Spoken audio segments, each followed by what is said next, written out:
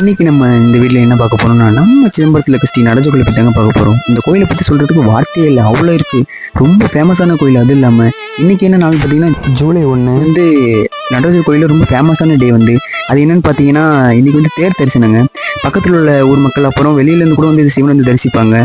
ரொம்ப கோலாகலமான நாள் இன்னைக்கு. இல்லை ஃபேமஸான கோயில் எதுன்னு கேட்டிங்கன்னா, இங்கே யாரை கேட்டாலும் பரவாயில்ல, கண்ணை மூடிட்டு சொல்லுவாங்க நம்ம நடராஜர் கோயில் தான் சொல்லுவாங்க. நீங்கள் யாரெல்லாம் சிதம்பரம் நடராஜர் கோயில் வந்திருக்கீங்கன்னு மறக்காமல் கமெண்ட் பண்ணிடுங்க. வாங்க வீடியோக்குள்ளே போகலாம். சொல்கிறதுக்கு வார்த்தையே இல்லை, அவ்வளோ இருக்குது. இந்த கோவில் பார்த்தீங்கன்னா நம்ம சோழர்களால் கட்டப்பட்ட கோவில் தான் இது.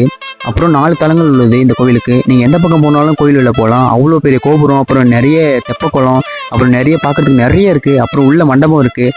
அதில் வந்து நீங்கள் பார்க்கவே முடியாத சிற்பங்கள்லாம் நிறையா இருக்குது. ரொம்ப அருமையாக இருக்கும் சிற்பங்கள்லாம். போட்டி வந்து பாருங்கள், உங்களுக்கும் தெரியும். அப்புறம் என்னென்னு பார்த்தீங்கன்னா 4 வீதியில் 4 தேர் நிற்கும். ஒவ்வொரு தேரும் ரொம்ப ரொம்ப பெருசாக இருக்கும், ரொம்ப அழகாக இருக்கும், ரொம்ப அழகாக அலங்கரிச்சு அது சூப்பராக வந்து 4 வீதியில் எடுத்துகிட்டு வருவாங்க. தேர் ரொம்ப பார்க்கறதுக்கு அவ்வளோ அழகாக இருக்கும். எனக்காவது ஒரு நாள் நீங்கள் சிதம்பரம் வந்தீங்கன்னா மறக்காமல் நம்ம நடராஜர் கோயில் வந்து பார்த்துட்டு போங்க. பார்க்கறதுக்கு அவ்வளோ சூப்பராக இருக்கும். நல்ல விசிட்டிங் பிளேஸ். அது இல்லாமல் நீங்கள் வந்து சிவனை தரிசிக்கிற வாய்ப்பை வந்து மிஸ் பண்ணிடாதீங்க. அப்புறம் இந்த வீடியோ உங்களுக்கு பிடிச்சிருந்தா மறக்காமல் சப்ஸ்கிரைப் பண்ணுங்கள், லைக் பண்ணிடுங்க.